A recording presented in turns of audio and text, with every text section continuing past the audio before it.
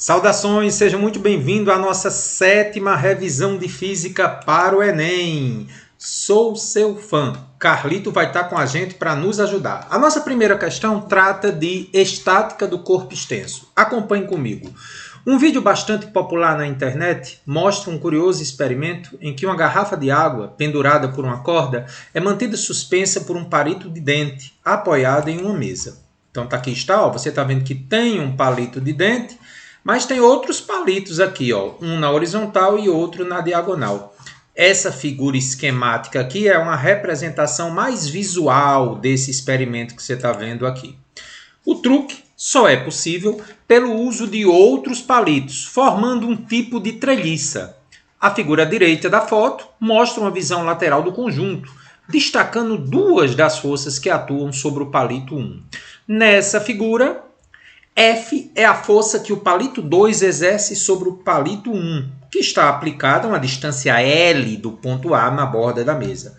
P é a componente vertical da força que a corda exerce sobre o palito 1, que está aplicada a uma distância Dzinho do ponto A.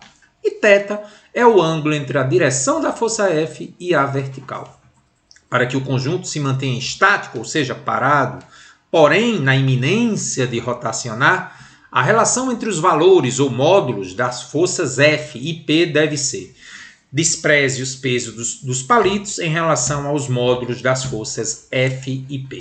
Tá aí as alternativas. Então vamos de novo observar as forças que agem sobre esse palito 1.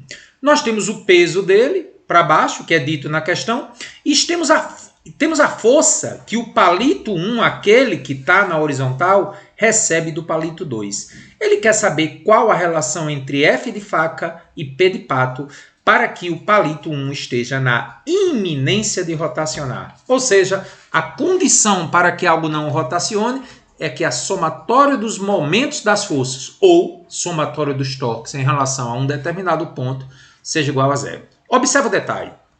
A força F forma um ângulo θ com a vertical. Então, lembrando a nossa aula de vetores, com ângulo cosseno. Se você tem uma força inclinada, com ângulo é cosseno. Então, aqui eu tenho F cosseno, que está a uma distância L do ponto A. E o peso a uma distância D. Então, relembre comigo a condição de equilíbrio somatório dos torques ou somatório dos momentos da força em relação ao ponto A, que eu tomo como ponto de equilíbrio, igual a zero. Então, eu posso dizer o quê? Que o momento da força F cosseno de θ tem que ser igual ao momento do peso. Ou seja, o peso do palito tenta fazê-lo cair e o F cosseno, que é justamente a força que o palito 2 faz no palito 1, impede essa queda. Na igualdade dos momentos, eu tenho uma condição limite de que o sistema não vai girar. Então, como é que se calcula o torque? Anote aí. Sempre uma força perpendicular a uma distância, 90 graus sempre. Por isso que eu fiz o F cosseno. Então, eu vou dizer o quê? Que o torque do F cosseno vai ser o quê? Módulo de F, né? Nós representamos o módulo de um vetor desse jeito, a barrinha dos módulos com a setinha em cima, quer dizer, módulo do vetor F, vezes cosseno de θ vezes L, força vezes distância, a força é F cosseno, a distância é L. Tem que ser igual a outra força, que é o peso vezes D. Então, isolando aí o F, que é o que a questão quer, nós temos como alternativa correta que F é peso vezes a distância D, dividido por L, vezes o cosseno do ângulo formado com a vertical. O que daria letra A. Gostou da primeira questão? Vamos continuar com estática agora na nossa segunda questão. Hoje, é comum encontrarmos equipamentos de exercício físico em muitas praças públicas do Brasil. Esses equipamentos são voltados para pessoas de todas as idades, mas, em particular, para pessoas de terceira idade. São equipamentos exclusivamente mecânicos, sem uso de partes elétricas, em que o esforço consiste usualmente em levantar o próprio peso do praticante. Considere o esquema a seguir, em que uma pessoa de 65 kg está parada em repouso e com a perna esticada em um equipamento tipicamente encontrado nessas praças. Você já deve ter visto isso aí na sua cidade, tá bom? O módulo da força total F, essa aqui que está na figura, o módulo total da força F, exercida pelas pernas da pessoa em razão da sua massa ME considere desprezível a massa do equipamento, qualquer força de interação entre as costas das pessoas e o encosto, como também eventuais atritos. Se necessário, use a gravidade igual a 10. Está aí as alternativas com as forças que você tem como opção para a força que a pessoa faz F. Então, vamos analisar as forças que atuam sobre a pessoa. Cuidado! Sobre a pessoa. Vamos discutir isso. Considerando a pessoa como um ponto material, vamos dizer que essa pessoa é o ponto A, é o ponto material, teremos as seguintes forças atuando sobre ela. Olha o detalhe. Por que a força F agora ficou para a esquerda? Terceira lei de Newton. Se a perna faz uma força na barra para a direita, pela terceira lei de Newton, a barra faz uma força sobre a perna para a esquerda. Sobre a pessoa, nós temos a força normal. Observe que o ponto que eu estou tomando como referência é o centro de gravidade da pessoa, que tem o F para a esquerda, a normal para cima e o eterno peso sempre vertical e para baixo. Então, eis as três forças que atuam sobre a pessoa. Quais são as forças, Carlos? Relembra aí comigo, por favor. Vamos colocar aqui. N, força que o assento exerce sobre a pessoa, a chamada força normal. P, força-peso, a que a terra exerce na pessoa. E F é a força que o suporte exerce na pessoa. Essas três forças, como a pessoa está em equilíbrio, lembre da estática do ponto material. Você tem que garantir que o triângulo formado por essas três forças seja fechado. Ou seja, quando há o equilíbrio, as forças formam um polígono fechado. Como tem três forças, é um triângulo. E o detalhe importante, o peso forma 30 graus com a normal, que é essa linha verde, que é a mesma aqui do suporte que é a força que a pessoa está fazendo sobre o equipamento. Então, a força N é a força normal, que é a verde, está aqui ela. Nós temos a força peso, que forma um ângulo de quantos graus com a normal? 30. E aí, a força F vai fechar o triângulo. Percebeu? Fechando o triângulo, formando, evidentemente, 90 graus aqui.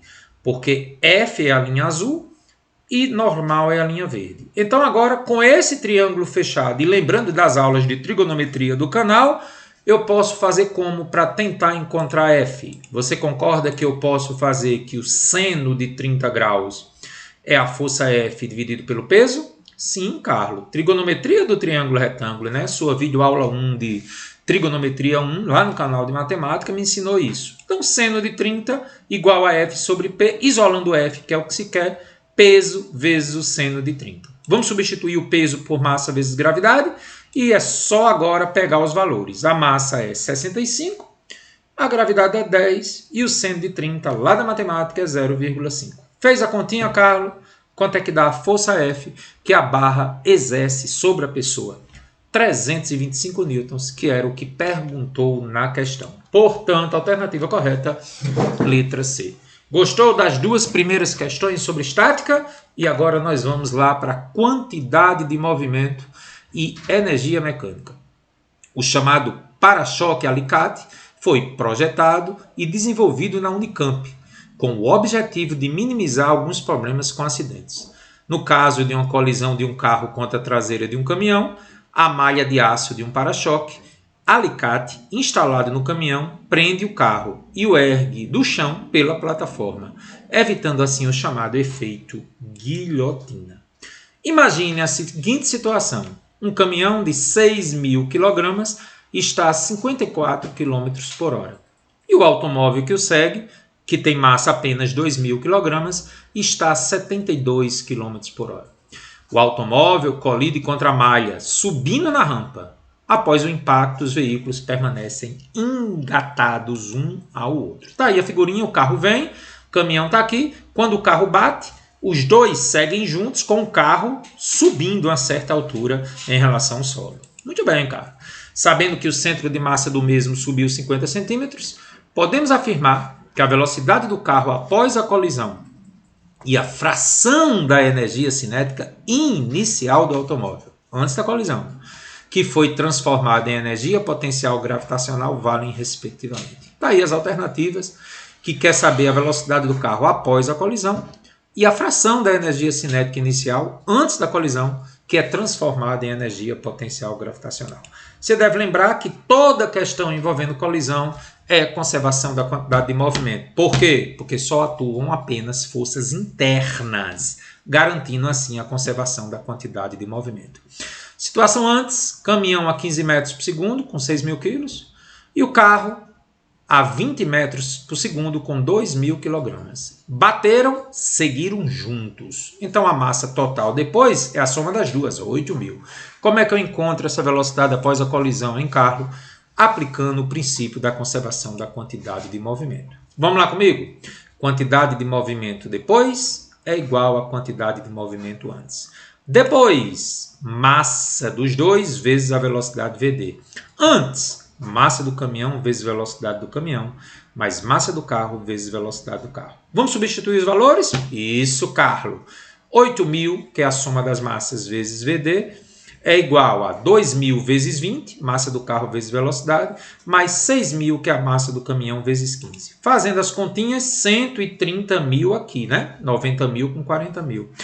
Dividir a velocidade dos dois após a colisão, 16,25 metros por segundo. Carlos, beleza. Mas, Carlos, a questão quer saber que fração da energia cinética inicial se transforma em energia potencial gravitacional. A energia cinética inicial, gente, é antes da colisão. Qual é a velocidade do carro antes da colisão? 20 metros por segundo. Qual é a sua massa? 2.000 quilogramas. Você ainda lembra como é que se calcula a energia cinética inicial antes da colisão?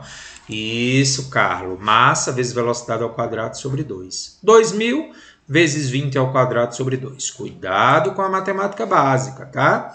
2.000 vezes 400 sobre 2, isso me dá uma energia cinética de 400.000 joules.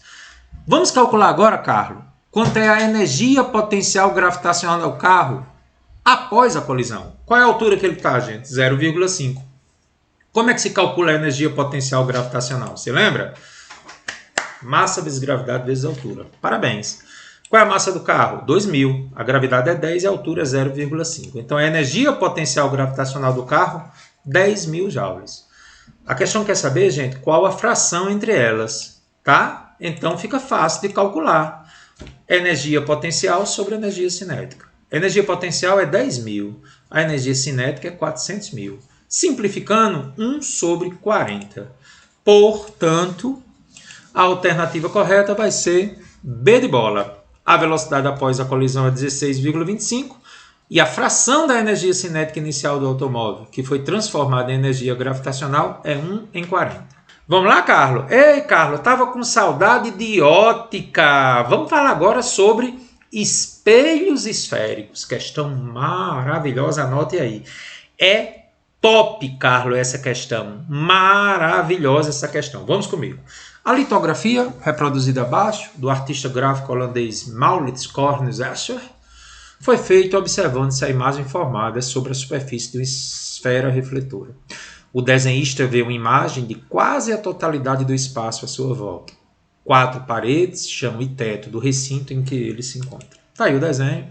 O cara está de frente a essa superfície esférica e ele vê um grande campo de visão aqui. Inclusive, anote aí. Qual o tipo de espelho que me permite um grande campo de visão? Espelho esférico convexo. Então, esse espelho que você está vendo aí, por permitir um grande campo de visão, é o chamado espelho esférico convexo. Então, supondo que o raio de curvatura da face refletora seja 30 centímetros e este homem que você viu esteja a 45 centímetros da face, ele quer que você encontre o aumento linear transversal dessa imagem. Vamos revisar comigo, né, a teoria sobre os espelhos esféricos? Trata-se de um espelho esférico convexo, por quê? O espelho convexo é um único que dá menor, direta e virtual. Eita! O espelho convexo é único que dá menor, direta e virtual. O espelho convexo, gente, só fornece esse tipo de imagem. Virtual, atrás do espelho, direita, com a mesma orientação do objeto, e uma imagem menor. Justamente por ser uma imagem menor, permite-se uma maior visualização do campo visual do espelho. Então está aqui o desenho gráfico do espelho convexo. O objeto está aqui, a face refletora é a externa, a luz bate e volta. O prolongamento passa pelo foco. E depois bate no vértice e volta. As duas luzes, os dois raios de luz não podem se encontrar, então você faz o prolongamento, dando então uma imagem virtual atrás do espelho, direita com a mesma orientação e menor. Tá bom? Então o esquema com os valores que foram dados, ó, o homem está a 45 centímetros do espelho, nós chamamos isso aqui de DO. O raio da superfície refletora é menos 30, porque o espelho convexo, o raio é negativo. Vamos mostrar na convenção de sinais. DI é a distância da imagem ao espelho que você não tem. E aqui está o foco. Muito bem, Carlos. Vamos revisar, Carlos, porque eu não me lembro mais disso não. Quem é a DO? Distância do objeto ao espelho. Ela vai ser sempre positiva, porque os objetos sempre estão de frente para o espelho. Sobre o DI, Carlos, cuidado com o DI. Ele é positivo se a imagem estiver na frente do espelho e negativa se ela estiver atrás. E nunca esqueça do que eu vou dizer agora. Toda vida que a imagem está na frente do espelho, ela é chamada de real. Toda vida que a imagem está atrás do espelho, ela é chamada de virtual. Então, pela convenção de Gauss, toda orientação na frente do espelho é positivo. E aquilo que está atrás, que é o caso dessa questão da imagem, é negativo. Então, esse DI aí, você vai ver, vai ser negativo. Carlos, o que é a altura do objeto? Geralmente positivo, né? Porque os objetos são colocados geralmente de cabeça para cima. E a imagem, se tiver de cabeça para cima, direita, é positivo. E se ela tiver de cabeça para baixo, Carlos, é invertida, negativo. Então, não confunda. Tudo que está de cabeça para cima é positivo. Tudo que está de cabeça para baixo é negativo. Tudo que está na frente do espelho é positivo e atrás do espelho é negativo. Quando eu digo frente e trás, eu me refiro às distâncias. Quando eu digo para cima e para baixo, eu me refiro à altura. E, finalmente, distância focal, que é o F, e o raio de curvatura. Positivo, côncavo, côncavo, côncavo, côncavo, convexo, negativo. Essa convenção de sinais é importante e decisiva para fazer as questões, tá certo? Então, de posse disso, nós ainda precisamos entender o que é o aumento linear transversal. É uma razão entre imagem e objeto. Esse aumento linear transversal, gente, ele vai ser positivo se a imagem estiver de cabeça para cima e negativo se a imagem estiver de cabeça para baixo. Lembre que cabeça para cima é a imagem direita ou direta e de cabeça para baixo, invertida. Ok, Carlos, quais são as fórmulas que eu preciso usar? A, que é o aumento linear transversal, é igual a menos DI sobre DO, igual a I sobre O, altura da imagem sobre a altura do objeto, e uma fórmula espetacular, F, que é o foco, dividido por foco menos DO. Grave essa fórmula que é importante. E não esqueça que o raio é sempre o dobro do foco.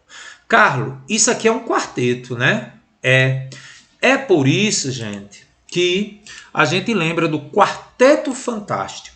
Essa fórmula de cima. E o surfista prateado, o raio é igual ao dobro do foco. Carlos, gostei dessa do quarteto fantástico. Pois é. Então, de posse agora das fórmulas, vamos então substituir os valores. Como é que eu vou achar a distância focal, Carlos? Primeira coisa, ele disse que o raio era menos 30. Não, professor, ele disse que era 30. Anote aí. Espelho convexo, tem que botar o sinal negativo no raio, gente. Não pode esquecer disso. Espelho convexo, o raio de curvatura e o foco é negativo. Então, o raio, menos 30, igual a 2 vezes o foco. Então, fazendo a continha, o foco é menos 15, confirmando que é um espelho convexo. Achei o foco, Carlos. Agora, eu consigo achar o aumento, que é o que ele pediu? Sim, é só usar a fórmula A igual a F sobre F menos DO. Observe que é um quarteto. Você pode igualar A qualquer um dos três. Eu vou escolher A igual a F sobre F menos DO. Porque eu já tenho F, acabei de encontrar, e DO é 45. Ixi, Carlos, é mesmo. Substitua aí na fórmula do aumento linear F sobre F menos DO. Vamos substituir? Quem é o F? Menos 15, negativo porque é convexo. Menos 15, menos 45 da fórmula. Menos 15 sobre menos 60, menos com menos é mais, simplificando, dá então mais 1/4, que é a resposta, né? Letra B. Lembrem, o sinal positivo para o A, imagem direita. E um detalhe importante, 1/4 é menor que 1. Então isso significa dizer que a imagem é menor que o objeto. Como é 1/4, a imagem é a quarta parte da altura do objeto. A imagem tem uma altura igual à quarta parte da altura do objeto. Carlos, eu queria saber se tem como achar o DI. Tem? Tem. Qual fórmula você vai usar para achar o DI? Acompanhe comigo. A igual a menos DI sobre DO. O A é quanto? 1/4, né? Ou mais 1/4. Substitua para eu ver. Ótimo. Menos DI sobre 45. Passou aqui o 45 para lá e dividiu. DI é menos 11,25. Oxe, cara, por que é negativo? Toda imagem virtual, o DI, a distância da imagem ao espelho, por estar atrás do espelho, é negativa. Imagem virtual, DI negativo. Então, DI menos 11,25. E o detalhe importante, viu, gente? Do mesmo jeito que o aumento linear foi 1/4, a altura da imagem era a quarta parte do objeto, a distância também será a quarta parte da distância do objeto. Ou seja, a distância da imagem ao espelho também é a quarta parte da distância do objeto ao espelho. Por isso que deu 11,25, que é a quarta parte de 45. Perfeito, cara. Entendi. Está aí o DI menos 11,25. Desenho esquemático, ó, o DO 45, DI menos 11,25, que está atrás do espelho, foco menos 15 e o raio menos 30. Entendi, cara. Questão muito boa, realmente, caracterizando menos para a imagem virtual. E agora a gente traz, talvez, a questão que merece um pouco mais de cuidado na nossa revisão. Questão lá do ITA, fenômenos ondulatórios, efeito Doppler. Então, muita atenção agora nessa questão. Vou fazer bem devagarinho. Em queixa à polícia, um músico depõe ter sido quase atropelado por um carro, tendo distinguido o som em Mi da buzina na aproximação do carro e em Ré no seu afastamento. Você sabe que Mi e Ré são as notas musicais, as frequências. Então, com base no fato de ser de 10 sobre 9 a relação entre as frequências Mi e frequência Ré, a perícia técnica concluiu que a velocidade do carro em km por hora deve ter sido aproximadamente de... Deu a velocidade do som 340 metros por segundo. Galera, efeito Doppler. Porque quando eu tenho aproximação e afastamento, eu relembro esse fenômeno chamado de efeito Doppler. Então, para fazer a questão, primeiramente vamos relembrar o que é o efeito Doppler. Veja que nós temos aqui, né, a sonoplastia aqui de um efeito Doppler, aqui de uma reforma que estão fazendo aqui perto da minha casa. O efeito Doppler consiste na percepção de uma frequência aparente diferente da frequência real, devido ao movimento relativo entre a fonte emissora de ondas, que é a ambulância, e o observador. Então nunca esqueça disso, gente. O que é o efeito Doppler? A nossa mente tem a percepção de uma mudança da frequência real devido à aproximação ou um afastamento. Beleza, cara. E aí eu não posso esquecer.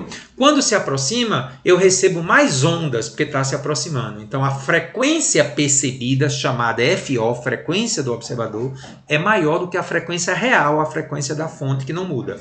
E quando se afasta, chega menos ondas até mim. A frequência observada por mim é menor que a frequência da fonte. Então é por isso que você percebeu que ao se aproximar a frequência aumenta e ao se afastar a frequência diminui.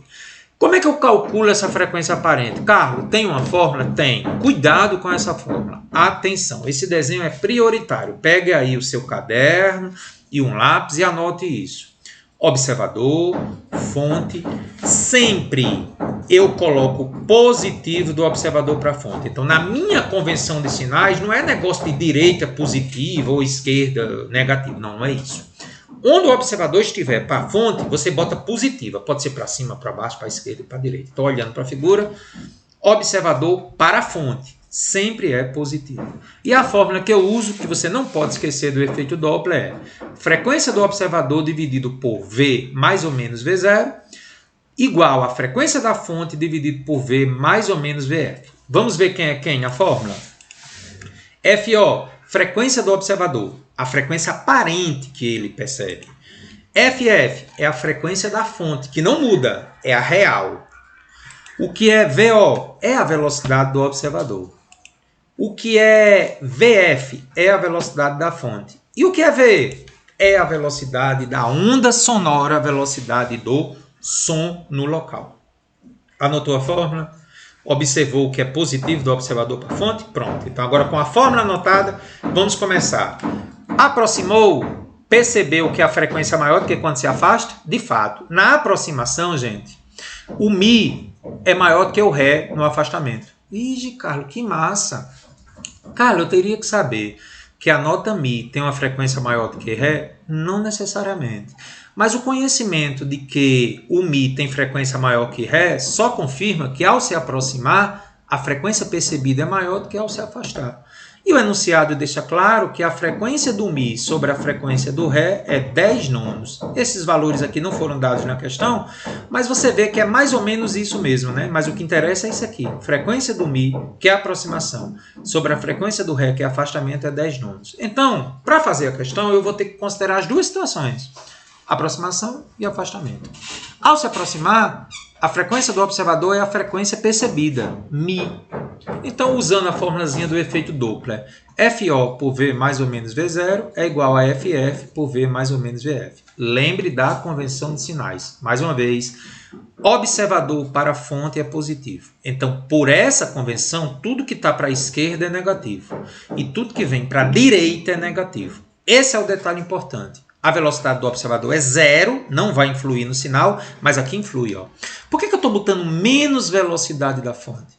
Porque ela é contrária ao sentido positivo que é do observador para a fonte. Então veja, a ambulância está vindo para a direita, mas a velocidade dela não é positiva, é negativa. Porque na convenção do Doppler, observador para a fonte é positivo. Como ela está vindo de lá para cá, é negativo aqui. Então, frequência da nota Mi dividido por V é igual a frequência da fonte dividido por V menos VF. Isolando a frequência do Mi, frequência da fonte vezes V dividido por V menos VF. Guarde essa informação. Vamos fazer a mesma coisa com afastamento? Ó, eu até considerei que o músico tinha sido atropelado. Eu sou ruim, né? Sou nada, eu sou um cara legal. Observador para a fonte é positivo. Observando a figura agora, a ambulância se afasta do observador. Pela convenção, ela é positiva agora. Caramba, que detalhe. Pois é. Substituindo na fórmula, a frequência do observador é a frequência da nota Ré percebida. Velocidade do observador é zero, ele está parado. E a velocidade da fonte vai entrar positiva, né? Porque está no sentido do observador para a fonte. Substituindo aqui, a frequência da nota Ré vai ser frequência da fonte vezes V dividido por V mais VF. Então, observe que com as duas fórmulas, a da frequência de aproximação e com a frequência de afastamento, eu posso usar a informação que frequência da nota Mi sobre a frequência da nota Ré é 10 nonos. Lembra disso? Então, vamos lá. Quem é a frequência do Mi? FF vezes V por V menos VF. Quem é a frequência do afastamento percebido, o Ré? Frequência da fonte vezes V dividido por V mais VF. Conservo o numerador, FF vezes V dividido por V menos VF, e multiplico pelo inverso do denominador. V mais VF por FF vezes V. Dá para cortar alguém, Carlos? Dá. Carlos, eu posso cortar VF com VF? Pode não, ó. Mais e menos. Não pode, tem que deixar do jeito que está. Portanto, ficou isso aqui. Mas quem é a frequência do Mi sobre a frequência do Ré? 10 nonos, Carlos. Caramba! E a velocidade do som foi dado? Foi, 340. A da fonte é o que ele quer. Caramba, é só substituir. Pois é, vamos fazer aí, ó. A velocidade do som é 340 e a relação entre as frequências é 10 nonos. Cruza aí, Carlos. 10 que multiplica isso aqui dentro do parênteses é igual a 9 que multiplica isso aqui dentro do parênteses. Propriedade distributiva. Faz aí, Carlos, a propriedade distributiva. 10 vezes 340, 3.400. 10 vezes VF menos 10 VF. 9 vezes 340, 3.060. 9 vezes VF, 9 VF. Vamos ajeitar agora. Como é que a gente faz? Ó, passo menos 10 VF para o outro lado, fica 19. E passo 3.060 para lá, subtraindo 3.400 é 340. Quando eu dividir, aproximadamente 17,9 metros por segundo, porque eu usei a velocidade do som em metros por segundo. A questão quer em quilômetros por hora. Ora, é fácil. É só multiplicar por 3,6. Fazendo isso, a velocidade aproximadamente da fonte da ambulância, 64,4 km por hora, observando as alternativas da questão, letra A. Tem bolinha azul, né? Qual é a observação complementar? Nunca esqueça. Ao se aproximar, a frequência aumenta, mas o comprimento de onda diminui. Galera, não esqueça, para o mesmo meio, quanto maior a frequência, menor o comprimento de onda. O desenho mostra isso. Ó. A ambulância se aproximando, está vendo que a distância entre as cristas diminui? É, porque a frequência aumentou. E ao se afastar, olhando para essa figura daqui, ó, a frequência diminuiu, porque está se afastando, mas o comprimento de onda aumentou. Frequência e comprimento de onda é igual a Batman e o Coringa. Um é bom e outro é ruim. Ou seja, quando um aumenta, o outro diminui. São inimigos.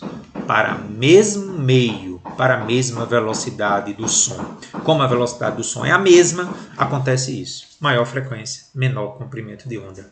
E vice-versa. Carlos, questão bem legal essa daí do efeito Doppler. Mas, Carlos, você agora traz uma questão muito do dia a dia, né? É uma questão lá da UFK. Raios causam 130 mortes por ano no Brasil. Saiba como prevenir. Começou a temporada de raios e o Brasil é o lugar onde eles mais caem no mundo. Os raios são fenômenos da natureza impressionantes, mas causam mortes e prejuízos. Todos os anos morrem, em média, 130 pessoas no país atingidas por essas descargas elétricas.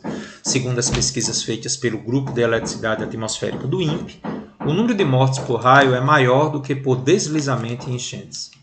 E é na primavera e no verão, época com mais tempestades, que a preocupação aumenta. Muito bem, cara.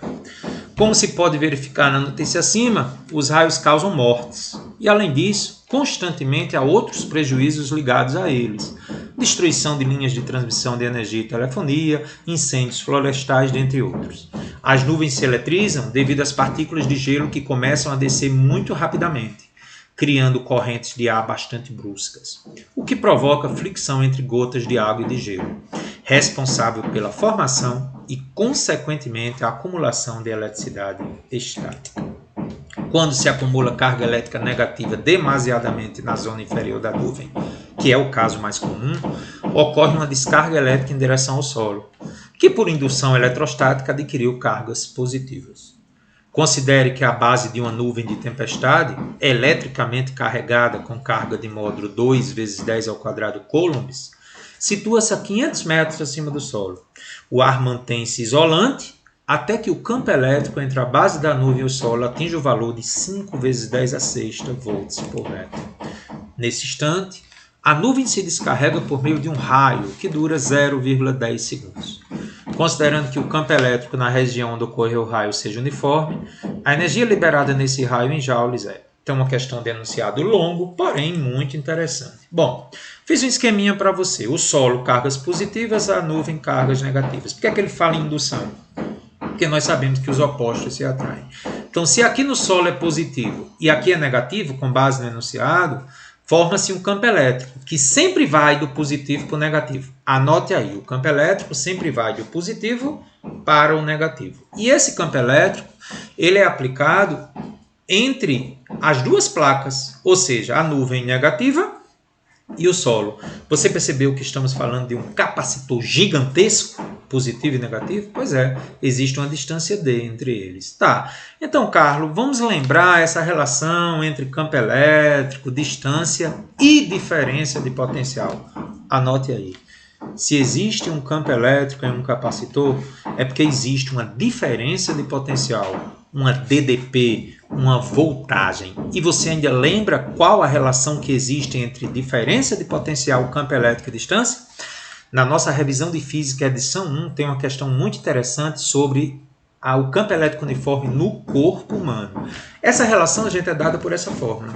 A diferença de potencial é o campo elétrico vezes a distância entre as placas. Muito bem, Carlos, beleza. Só relembrando. Diferença de potencial ou tensão é dada em volts. Campo elétrico é em volt por metro, né? Porque se você passar o D dividindo, fica volt por metro. E a distância entre as placas é em metros. Está aí a relação entre diferença de potencial, campo elétrico e distância. Mas, ao acumular essas cargas elétricas, nós temos um supercapacitor.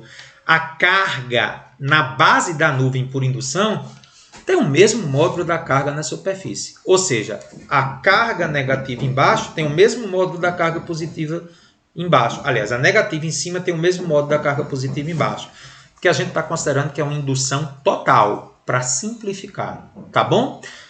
E essa carga acumulada é diretamente proporcional à diferença de potencial U, que se relaciona com uma coisa chamada capacitância. Em aulas anteriores, nós até explicamos como é que se usa o desfibrilador, que é um tipo de capacitor. Você ainda lembra da expressão? Isso, parabéns. A carga acumulada é a capacitância vezes a diferença de potencial. E aí, carga elétrica em Coulomb, capacitância em Faraday, em homenagem a Michael Faraday, e U é a diferença de potencial em volts. Mas tem uma coisa que você não pode esquecer. Isso. A área sobre o gráfico nos fornece a energia armazenada no capacitor. Galera, caiu no Enem, capacitor, carga por tensão, calculou a área sobre o gráfico, você tem energia acumulada. E essa energia, então, Q vezes U sobre 2. Por quê, professor? É a área de um triângulo. Quem é a altura do triângulo? Carga. Quem é a base? U. Q vezes U sobre 2. Mas olha o detalhe. Você viu que o U é igual a E vezes D, que a gente viu no início? Eu posso substituir, então, o U aqui por E vezes D, na fórmula da energia? Posso. Então, substituindo, a energia potencial acumulada entre a base da nuvem e o solo é Q vezes U, que é E vezes D dividido por 2. Observe que eu já tenho a carga, já tenho o campo elétrico e já tenho a distância. É só substituir, não é não? A carga é 2 vezes 10 ao quadrado coulombs, o campo elétrico é 5 vezes 10 à sexta e a distância é 500 metros. Coloquei aqui em notação científica 5 vezes 10 ao quadrado. Quando eu substituir os valores, posso cortar 2 com 2 e aqui vai ficar 5 vezes 5, 25. Propriedade das potências, né? Conservo 10 e somo os expoentes. 25 vezes 10 a décima. Botando em notação científica, traz a vírgula no caso, o expoente aumenta 1. 2,5 vezes 10 a 11 joules. Então, a questão maravilhosa, letra C. Você percebeu que foi dado o tempo no enunciado? 0,10 segundos? Pois é, gente. Esse tempo não entra na solução. Muitos alunos erraram essa questão porque esqueceram que isso é um capacitor. Fique atento a esse tipo de questão, tá certo? Então, letra C. E aí chegamos a uma questão bem completa sobre eletromagnetismo. Carlo, questãozinha bem especial lá da Escola Naval para você que vai fazer escolas militares, né?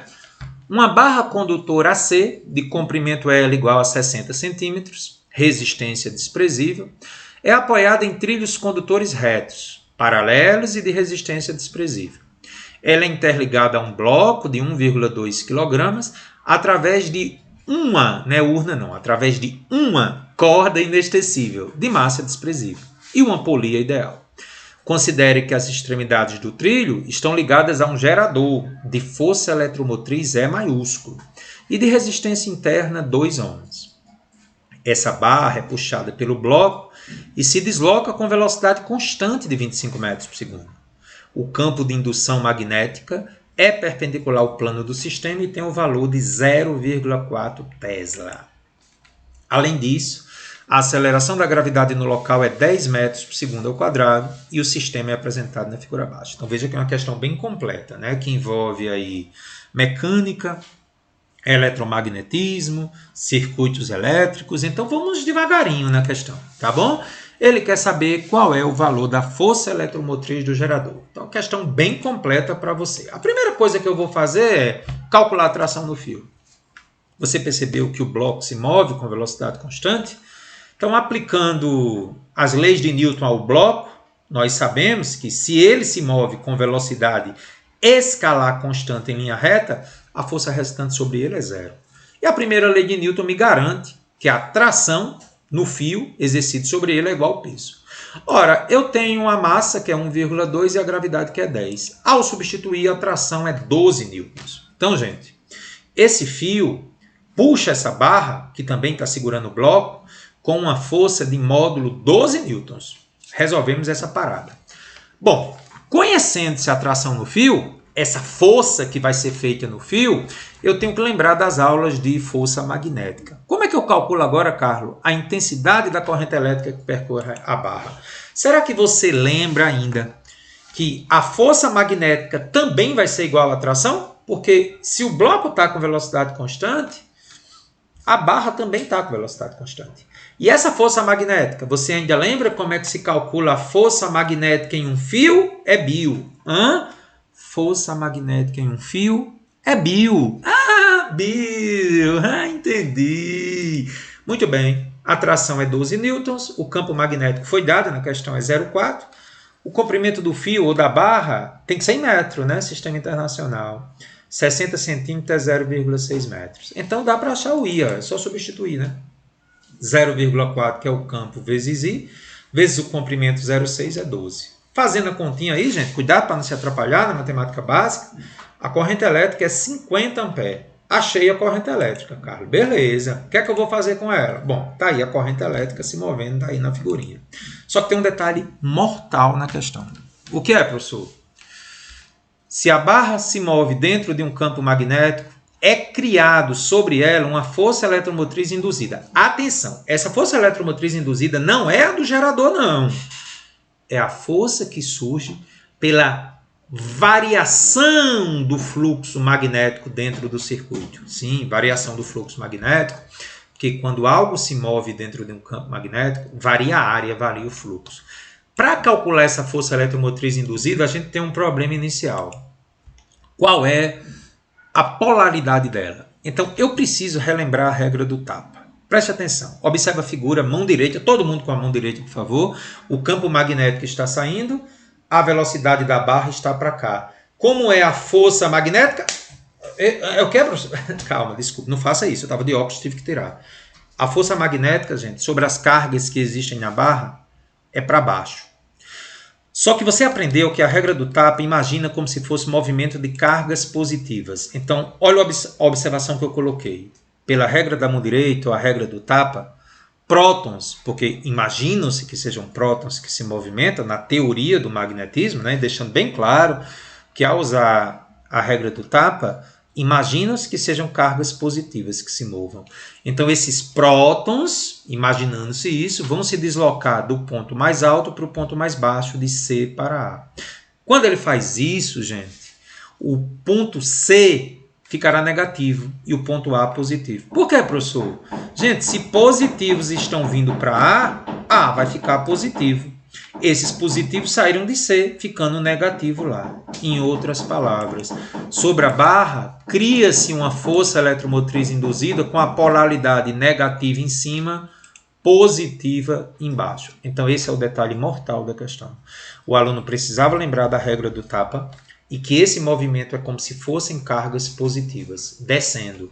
E aí A fica positivo e C negativo. Ou seja, tudo se passa como se aqui se criasse uma segunda força eletromotriz, a força eletromotriz induzida, que é calculada pela fórmula vou lhe beijar. Vixe, professor, que romântico, vou lhe beijar. V é a velocidade, que é 25 metros por segundo. L é o comprimento da barra, que é 0,6 metros.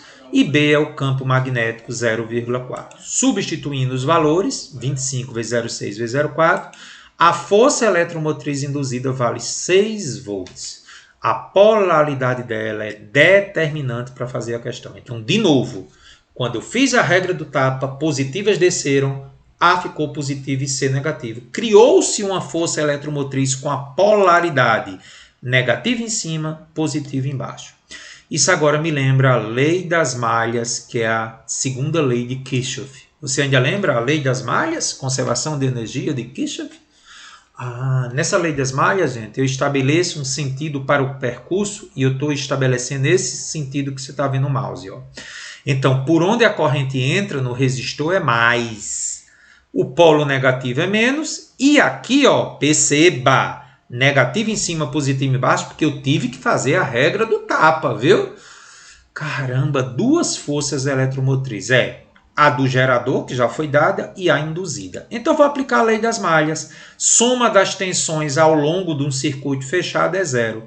Começando do A, acompanhe comigo. Corrente entra pelo positivo. Como é que se calcula a tensão aqui? Resistência vezes corrente, ó, R vezes I. Entrou pelo negativo, menos E. Observe que aqui eu não multiplico pela corrente, porque já é uma tensão. Eu sugiro que você dê uma paradinha no vídeo e vai ver e veja a minha aula Revisão Eletromagnetismo 2 Carlo. Tem umas 2 questões com a lei de Kirchhoff lá. Tá? Então, mais R vezes I, menos E, que é a força eletromotriz do gerador, menos Ezinho, que é a força eletromotriz induzida, que nós já calculamos. R é 2 ohms, a corrente é 50 amperes e a força eletromotriz induzida, que já foi calculada no slide anterior, é 6. Substituindo os valores, 2 vezes 50, menos E menos 6 igual a 0. Cuidado agora com a continha. Menos E passa para o outro lado e a força eletromotriz do gerador é 94 volts. Então, revise essa questão, principalmente na força eletromotriz induzida entre A de amor e C de casa. Qualquer dúvida, na parte da descrição do vídeo, eu tenho o meu contato, o grupo do WhatsApp, para você tirar dúvidas adicionais que possam surgir nessa questão. Perfeito? Então, resposta correta, 94 volts. Não sei se eu tenho botado as alternativas, vamos voltar lá para dar uma olhadinha se tem alternativa na questão. Voltando aqui, letra D de doido, 94 volts aí nessa questão. Professor, gostei dessa questão, viu? Interessante, questãozinha difícil, né? Bem difícil, mas não deixa de ser interessante. Vamos dar uma aliviada agora com essa questão da Unicamp. A produção de fogo tem sido uma necessidade humana há milhares de anos. O homem primitivo provavelmente obtinha fogo através da produção de calor por atrito. Mais recentemente, faíscas elétricas geradoras de combustão são produzidas através do chamado efeito piezoelétrico. No acendedor moderno, um cristal de quartzo é pressionado por uma ponta acionada por molas. Entre as 2 faces do cristal surge então uma tensão elétrica, cuja dependência em função da pressão é dada no gráfico abaixo. Você entendeu direitinho o enunciado? Está aí o gráfico que mostra uma relação entre a tensão e a pressão em newtons por metro quadrado. Se a tensão necessária para a ignição é 20 kV, lembre que esse K é 10 a terceira, anota aí, K é quilo, 10 a terceira. E a ponta atua numa área de 0,25 mm², qual é a força exercida pela ponta em newtons sobre o cristal? Galera, é fácil a primeira parte. Como é que eu vou calcular a pressão? A partir da tensão que foi dada. 20 kV é 20 vezes 10 a terceira volts. Ou, como em questão anterior do raio, 2 vezes 10 a quarta volts. Então, vai lá para o gráfico e me diga. 2 vezes 10 a quarta volt no gráfico equivale a que pressão? Isso, 2 vezes 10 a oitava newtons por metro quadrado. Então, veja, tem a pressão que veio a partir da tensão e tem a área. Eu acho que agora fica fácil de calcular a força. Só que tem um detalhe. A área está em milímetro quadrado. E a pressão está em newton por metro quadrado. Professor, como é que eu transformo milímetro quadrado para metro quadrado? Vamos devagar? 1 metro tem 1000 milímetros, que é 10 a terceira milímetros. O contrário, 1 milímetro, é 10 a menos 3 metros.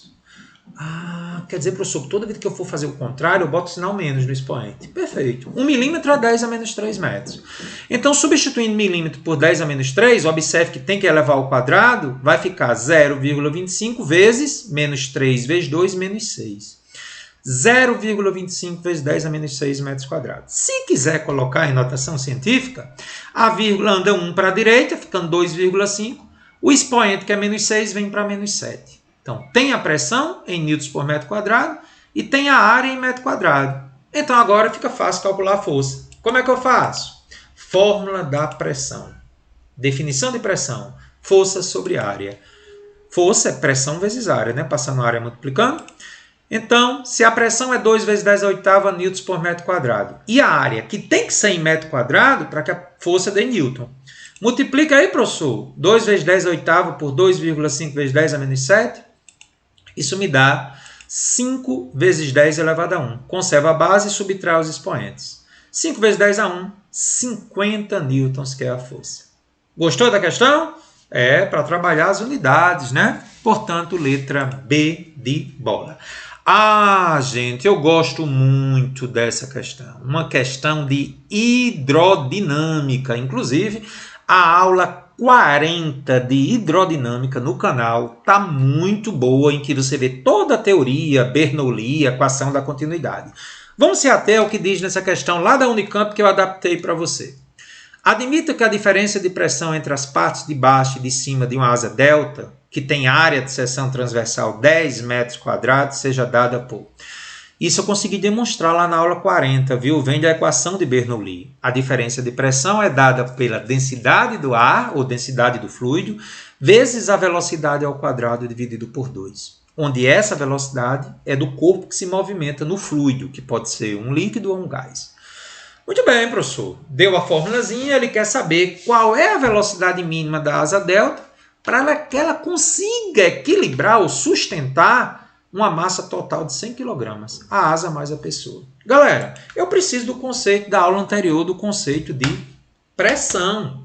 Aula anterior não, da questão anterior. A massa é 100 kg, a gravidade é 10 metros por segundo ao quadrado, a densidade é 1,2 kg por metro cúbico, a densidade do ar, a área 10 metros quadrados. Carlos, como é que eu vou calcular a diferença de pressão, Carlos?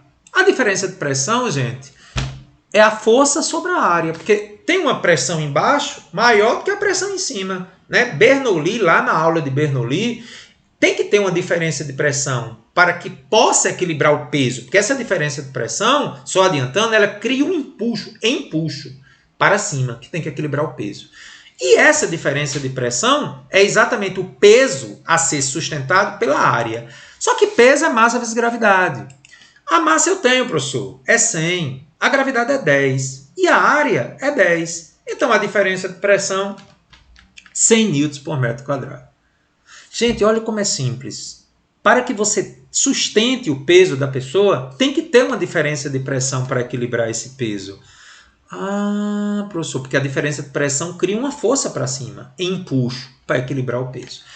Bom, aí já tem a fórmula de Bernoulli, né? Diferença de pressão é o quê? Nunca esqueça, a fórmula importante, viu?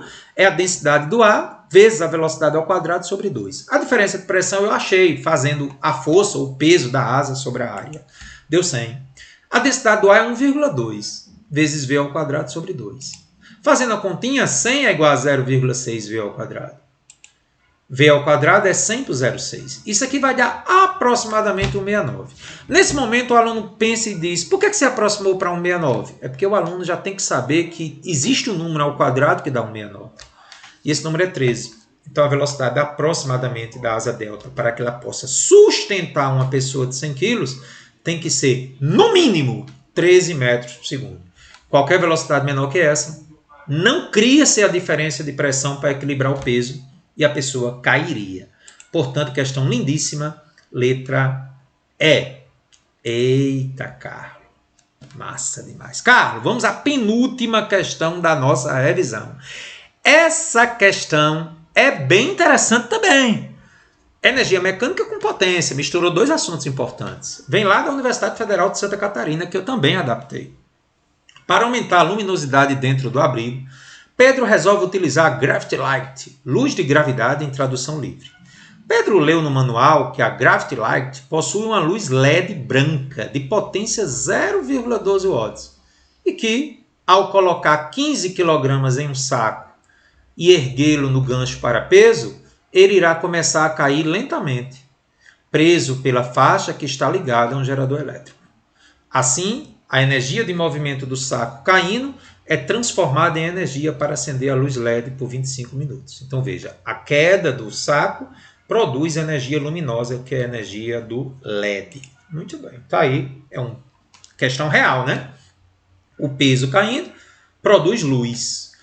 Que questão, mas o cara não sabia nem que existia isso. Pois é. Com base no exposto acima e considerando que a energia consumida pelo LED, ou seja, a energia produzida pelo LED, é 80% da perda de energia potencial gravitacional. Ou seja, a energia potencial gravitacional, ao ir diminuindo, 80% dela é transformada em luz. Então, entenda por que ele disse que é 80% da perda de energia potencial gravitacional. O que eu perco de energia potencial gravitacional, eu uso 80% dessa perda para produzir luz. Sacou? É correto afirmar que a massa dentro do saco deverá estar a uma altura em metros de quanto? Vamos lá, então.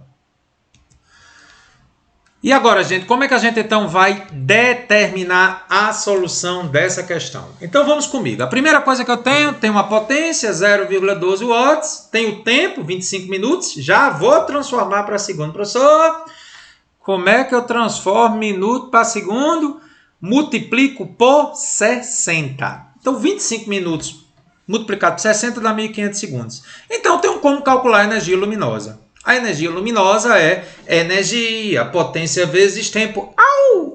Muito bom, professor. 0,12 vezes 1.500. Deu 180 joules. Agora, cuidado. O que é que eu vou fazer agora? Energia luminosa 180 joules, tem 80% que foi transformado nela e esses 80% vem da energia potencial. Olha o enunciado da questão. Como é que eu vou calcular a energia potencial gravitacional?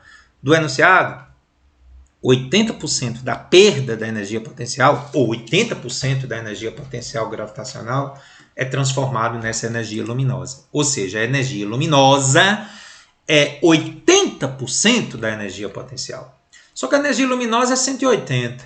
80% é a mesma coisa de 80 sobre 100, que é 0,80, vezes a energia potencial. 180 por 0,8, cuidado, 225 joules. Tendo a energia potencial gravitacional, que é 225 joules, eu consigo calcular a altura que ele caiu. Como, professor? Já fiz isso hoje, hein? MGH, lembra da questão lá do engatamento, lá do carro? Pois é, professor. Energia potencial, MGH. M é a massa, G é a gravidade, H é a altura. Vamos substituir? 225 é igual a 15 kg, que era a massa do saquinho lá, vezes a gravidade, que é 10, vezes a altura, é a altura de queda. Substituir, 225 é igual a 150 vezes H. Dividir 225 por 150, 1,50 metros, que é a alternativa B de bola. E aí, gostou? Pois é. Galera, estamos agora em um ano aqui no Brasil de muitas dificuldades, o ano de 2021. Já tínhamos passado por uma crise energética enorme em 2001 e 20 anos depois a história se repete. Tá? Então essa questão vem lá da Olimpíada Brasileira de Física das escolas públicas. Se você faz as provas da Olimpíada Brasileira de Física, as nossas revisões também ajudam muito a você. Então vamos fazer comigo essa questão espetacular da Olimpíada Brasileira de Física. Em 2020, eu adaptei a questão. Cerca de 60% da matriz energética brasileira era hidroelétrica. Há 20 anos atrás chegava a 88%, só para vocês terem uma ideia. Esse índice era bem maior graças ao modelo das usinas hidrelétricas acopladas a grandes reservatórios, como Belo Monte, Itaipu, adotado até a década de 90, embora Belo Monte seja mais recente. Entretanto, as grandes áreas inundadas produziam enorme impacto ambiental. Por essa razão, atualmente, o modelo usado abandona a construção de grandes reservatórios para preservar o curso do rio. Aí tem a ver com o impacto ambiental. Entretanto, o fluxo de água de um rio varia muito durante o ano. Muito. Na região amazônica, que guarda o maior potencial hidroelétrico não explorado do Brasil, existem rios cuja diferença entre a maior e a menor vazão chega a ser de 25 vezes. Então, quando está com muita água, é 25 vezes mais vazão do que quando está com pouca água. O reservatório serve para compensar essa diferença. Sem os reservatórios, o Brasil teria que acionar termoelétricas nos períodos de baixo fluxo de água, o que está acontecendo muitas vezes agora em 2021. Porém, as termoelétricas poluem o ar com a queima de combustível e têm um custo muito elevado.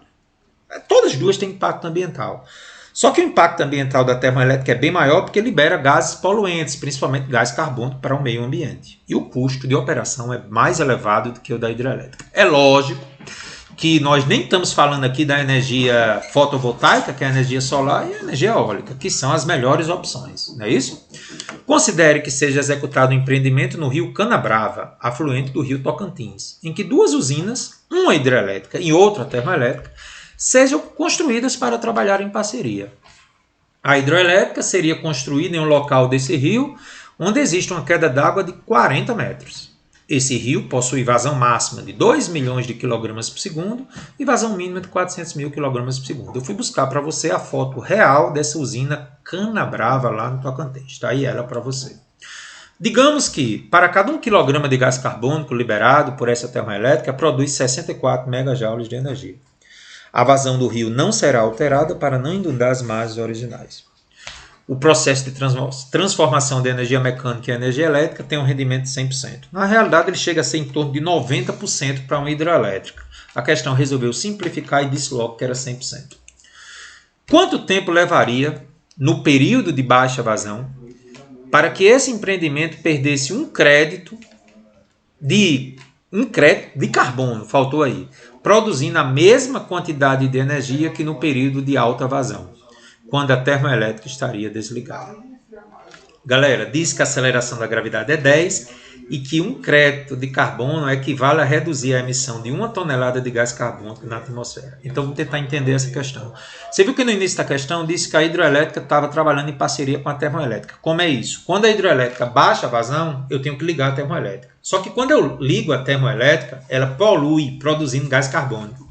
Então, o que é um crédito de carbono? É uma poluição que libera energia. E ele diz que um crédito de carbono equivale à emissão de 1 tonelada de gás carbônico na atmosfera. Então, veja, ao ligar a termoelétrica, eu estou poluindo. Então, ele quer saber para produzir, ou seja, para poluir o equivalente a um crédito de carbono, por quanto tempo eu teria que ligar a hidroelétrica para isso. Bom, professor. 1 minuto e 40 segundos, 2 minutos, 2 minutos e 20 segundos, 2 minutos e 30 segundos e 3 minutos. Então vamos fazer a questão bem devagarinho. Para isso eu preciso resgatar a nossa aula de potência. Então nas nossas videoaulas, a aula de potência parte 2, eu explico a questão de hidrelétrica, mas vamos à revisão. Seja uma queda d'água de altura H em relação ao solo, num local onde a gravidade é G e a vazão da água é Z. Se a densidade da água é D, pode-se calcular a potência total gerada pela hidrelétrica. Então, vamos calcular a potência do hidrelétrica em função da densidade, da gravidade, da vazão e da altura. Vamos fazer a demonstração? A potência é o trabalho do peso, porque a água tem o peso dela agindo, dividido pelo tempo. O trabalho do peso é a energia potencial gravitacional, né? Que ela está caindo, mgh. Só que você sabe que densidade é massa sobre o volume. Isolando a massa, densidade vezes volume. Então, no lugar da massa, eu vou botar a densidade vezes volume. Substituindo aqui, ó, volume sobre tempo é vazão. Isso, professor, vazão, é verdade. Então, tá aí a fórmula da potência de uma hidrelétrica. Se quiser até decorar, devido à importância, né?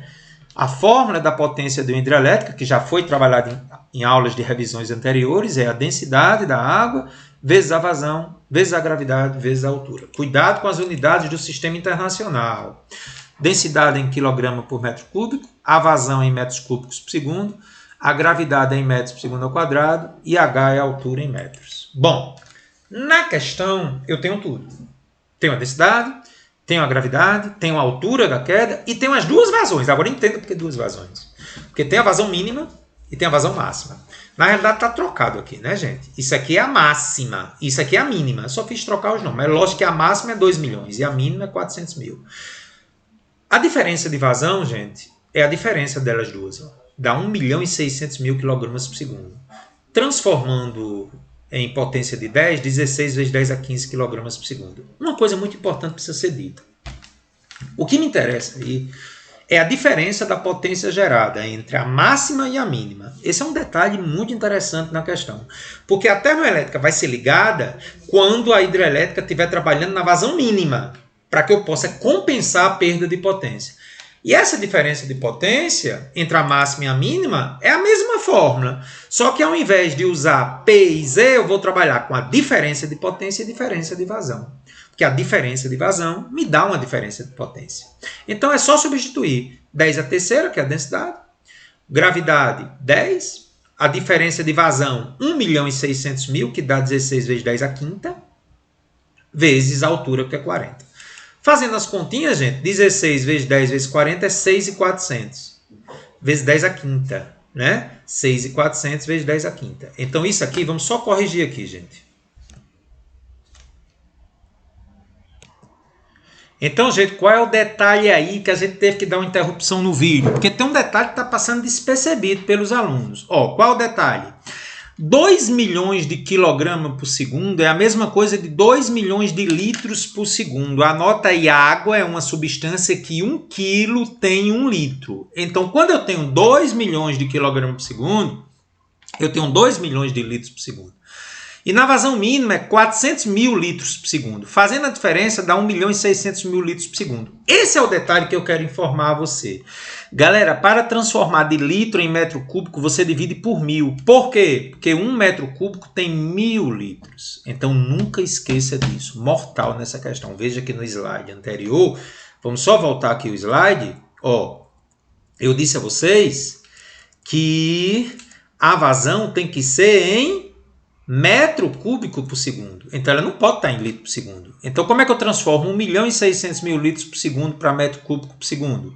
1.600 metros cúbicos por segundo.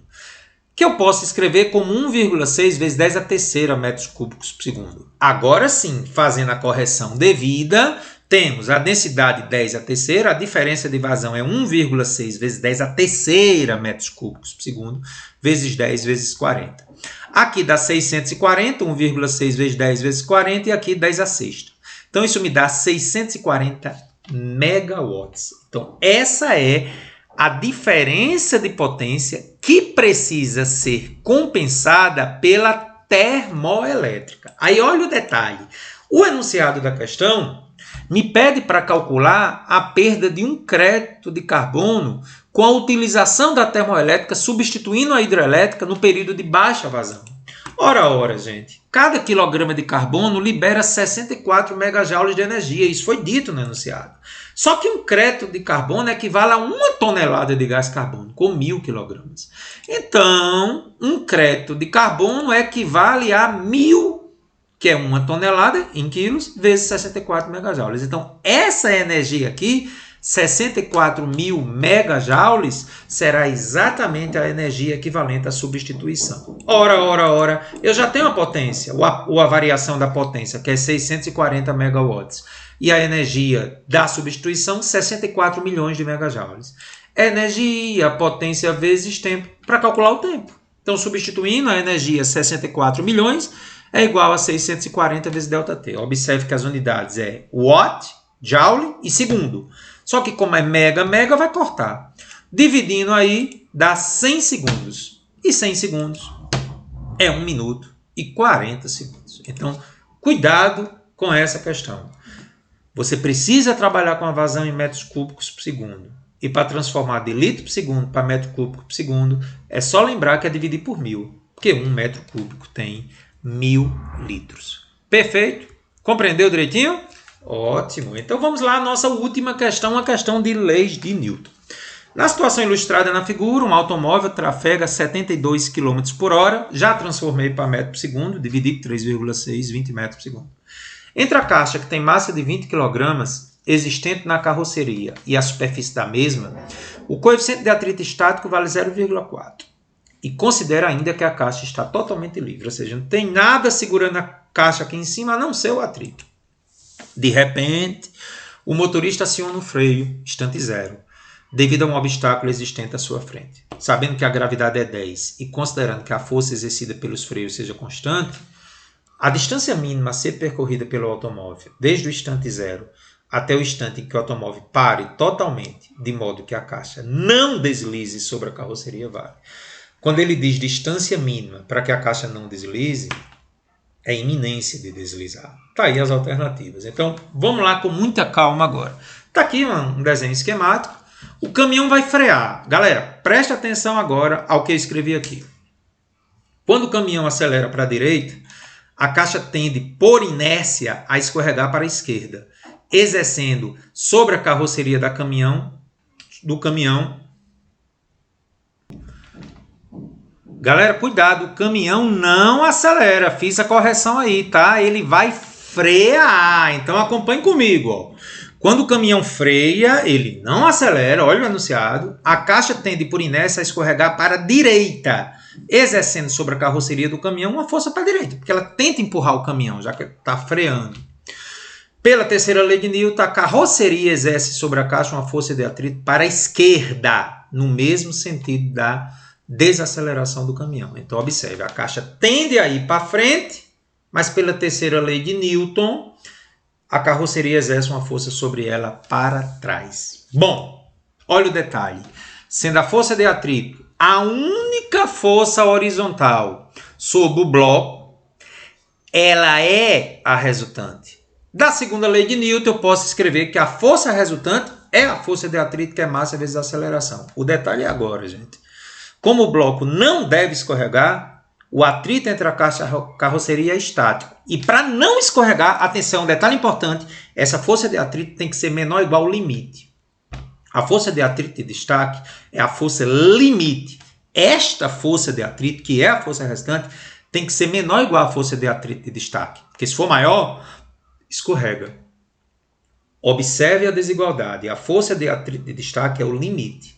O atrito tem que ser menor ou igual a ela. Só que a força de atrito é a força restante, massa vezes aceleração. E a força de atrito de destaque, você já conhece a fórmula. Coeficiente de atrito estático vezes a normal. Só que a normal sobre a caixa é igual ao peso, que é massa vezes gravidade. Substituindo, massa vezes aceleração menor ou igual a μ vezes m vezes g. Professor, posso cortar m com m? Posso.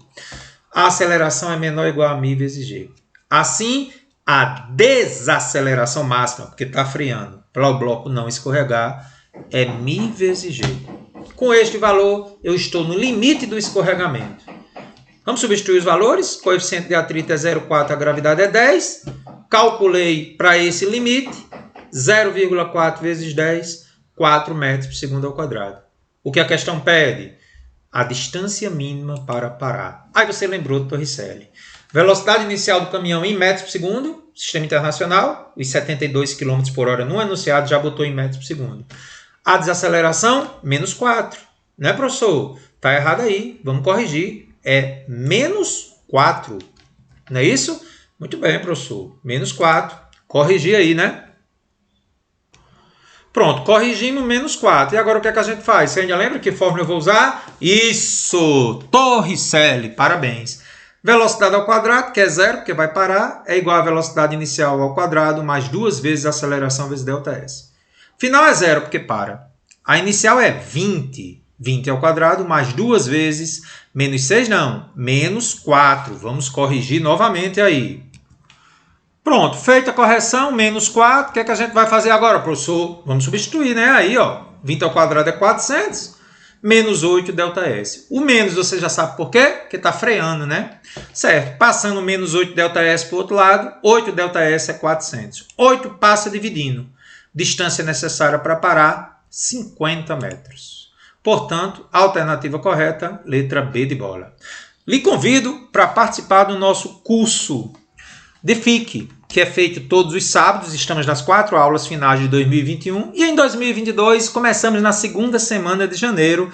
Você tem informações aí na descrição do vídeo aí embaixo, tá bom? Desejo a você muito sucesso, muitas realizações e nos encontramos em breve com a nossa revisão Enem, edição 8.